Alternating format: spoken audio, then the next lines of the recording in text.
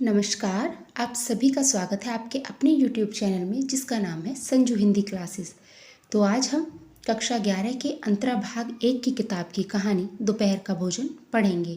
ये कहानी अमरकांत जी के द्वारा लिखी गई है और इस कहानी में उन्होंने निम्न मध्यम वर्गीय परिवार की जो हमारी दैनिक जीवन की परेशानियां हैं उनके बारे में बताया है कि वो लोग कैसे गरीबी में अपना जीवन बिताते हैं। और इस कहानी की जो नायिका है वो है सिद्धेश्वरी देवी। तो चलिए पढ़ते हैं कहानी। सिद्धेश्वरी ने खाना बनाने के बाद चूल्हे को बुझा दिया और दोनों घुटनों के बीच सिर रखकर शायद पैर की उंगलियां या जमीन पर चलते चींटे चींटियों को देखने लगी। अचानक ही उसे मालूम हुआ कि उसे तो बहुत तेज प्यास लगी है। वो मतवाले की तरह उठी और गगरे से लोटा भर पानी पीकर गटागट चढ़ा गई।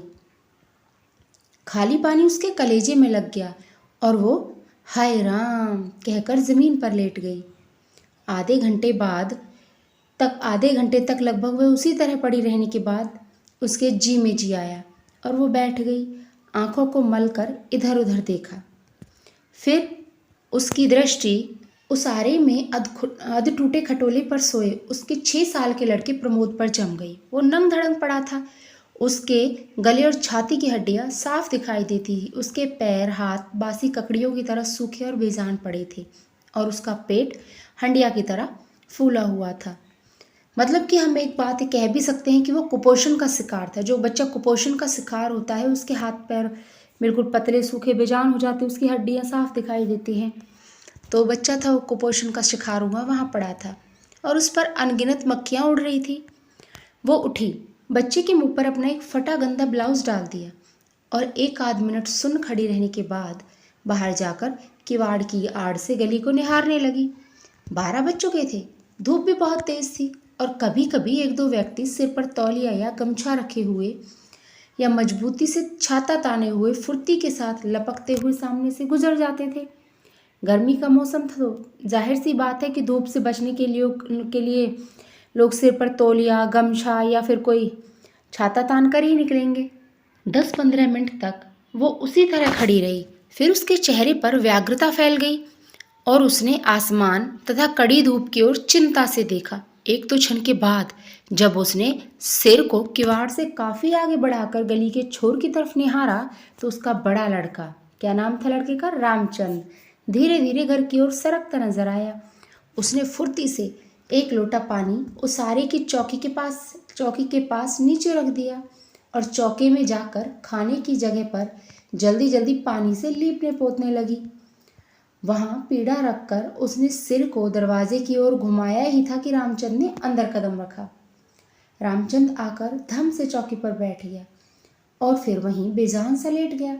उसका मुंह लाल और चढ़ा हुआ था, उसके बाल अस्त व्यस्त थे, उसने फटे पुराने जूतों पर गर्द जमी हुई थी। तो यहाँ मतलब हम दिखा रहे हैं कि जो निम्न परिवार होते हैं हमारे समाज के, उनकी ज़िंदगी है, जो उनका जो पहनना ओढ़ना सब तरह से मतलब कैसा होता है कि उसका मुंह लाल था, गर्मी के कारण चढ़ा हुआ था, बाल अस्त व्यस्त थे, फटे पुराने जूतों पर गर्द जमी हुई थी। सिद्धेश्वरी की पहले हिम्मत नहीं हुई कि उसके पास जाए और वह वहीं से भयभीत हिरनी की भांति सिर उचका घुमाकर बेटे को व्यग्रता से निहारती रही। व्यग्रता मतलब बेचैनी से। किंतु लगभग 10 मिनट बीतने के पश्चात भी जब रामचंद नहीं उठा तो घबरा गई। पास जाकर पुकारा, बड़कू बड़कू, लेकिन उसने कुछ उत्तर न देने पर वो डर गई और लड़के की नाक के पास हाथ रख दिया। सांस ठीक से चल रही थी। फिर सिर पर हाथ रख कर देखा, बुखार तो नहीं है। हाथ के स्पर्श से रामचंद ने आंखें खोली। पहले उसने माँ की ओर सुस्त नजरों से देखा, फिर झट से उठ बैठा। जूते निकालने और नीचे रखे लोटे के जल से हाथ पैर धोने के बाद वो एक यंत्र की तरह चौकी पर आकर बैठ गया। सिद्धेश्वरी ने डरते डरते पूछा, खाना तैयार है, यहीं लाऊं क्या? रामचंद ने उठते हुए प्रश्न किया। बाबूजी खा चुके, सिद्धेश्वरी ने चौके की ओर भागते हुए उत्तर दिया। नहीं, आते ही होंगे। चंद पीढ़े पर बैठ गया। उसकी उम्र लगभग 21 वर्ष थी। लंबा दुबला पतला, गोरा रंग, बड़ी बड़ी आंखें और होठों पर झुर्रियां। वो एक स्थानीय दैनिक समाचार पत्र के दफ्तर में अपनी तबीयत से प्रूफ रीडरी काम सीखता था और पिछले साल ही उसने इंटर पास किया था। सिद्धेश्वरी ने खाने की थाली लाकर सामने रख दी और पास ही बैठकर पंखा करने लगी। रामचंद ने खाने की ओर दार्शनिक की भांति देखा। कुल 2 रोटियां, भर कटोरा पनियाई दाल और चने की तली तरकारी।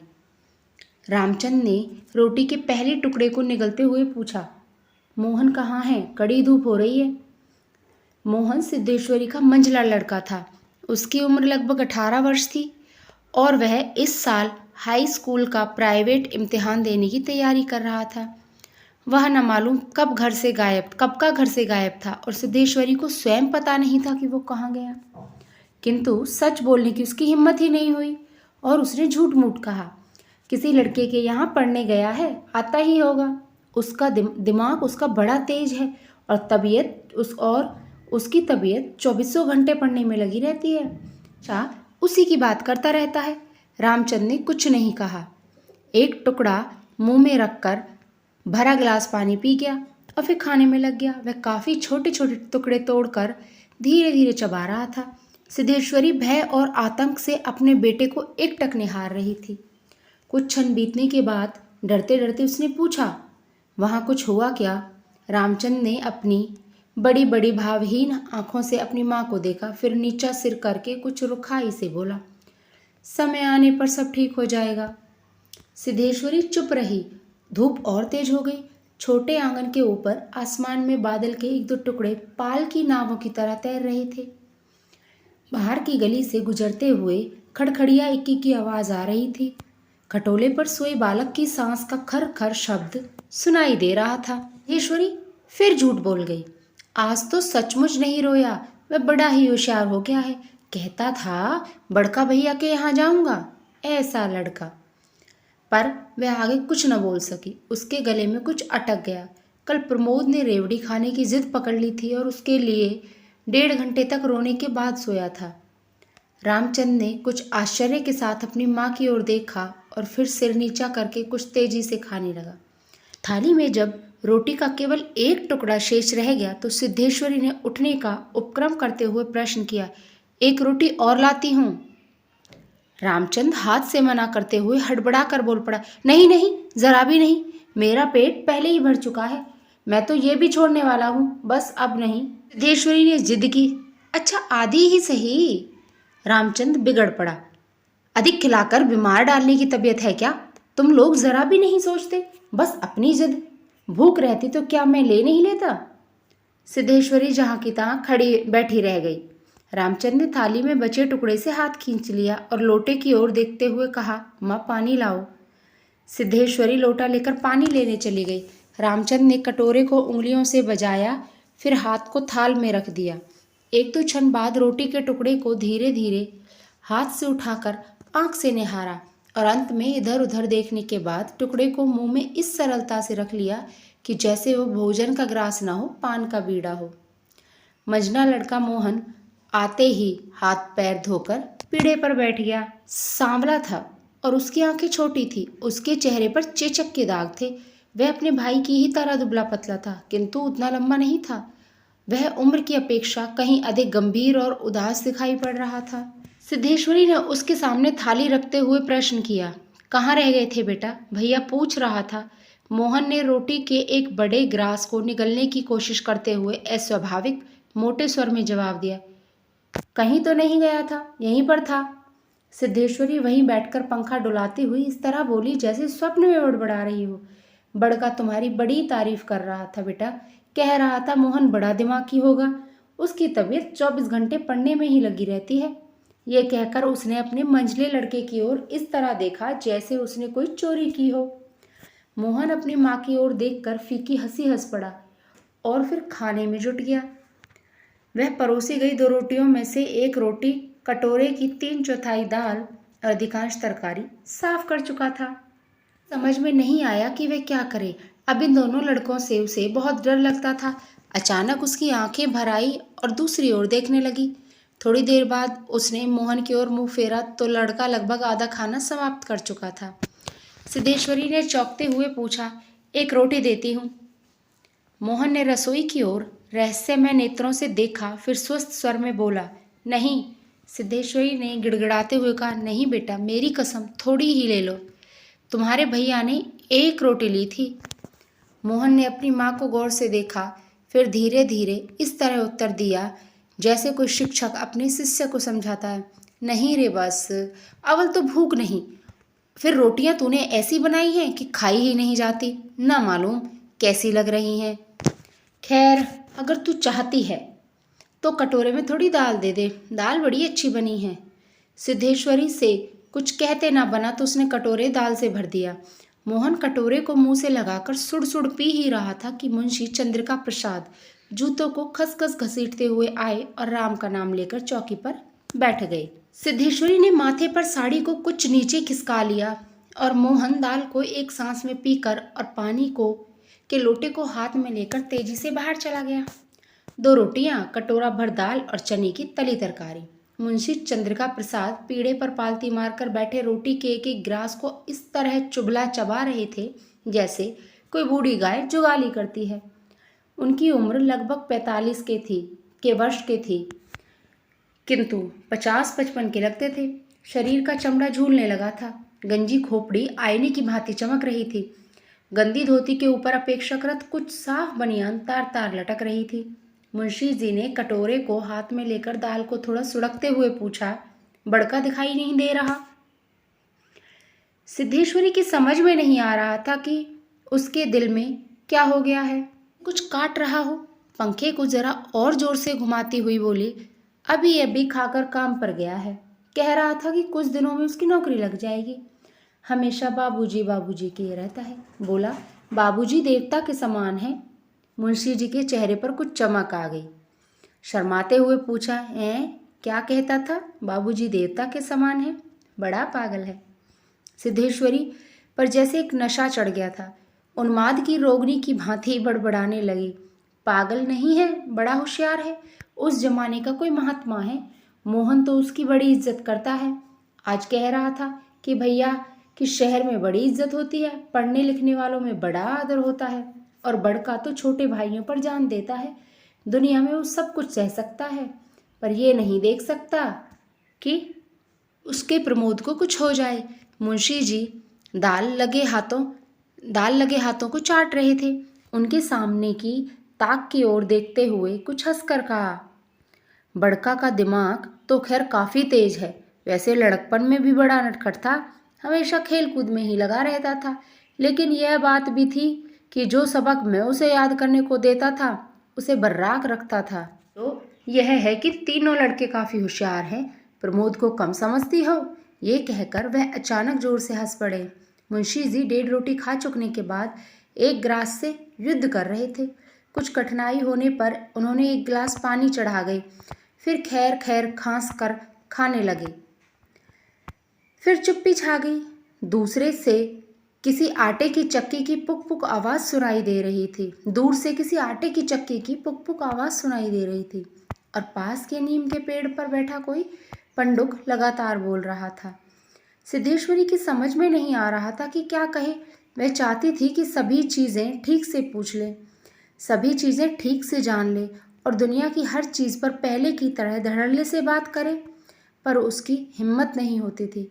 उसके दिल में न जाने कैसा भय समाया हुआ था। अब मुंशी जी इस तरह चुपचाप दुबके हुए खा रहे थे जैसे पिछले 2 दिनों से मौन व्रत धारण कर रखा हो और उसको कहीं जाकर आज शाम को तोड़ने वाले हों।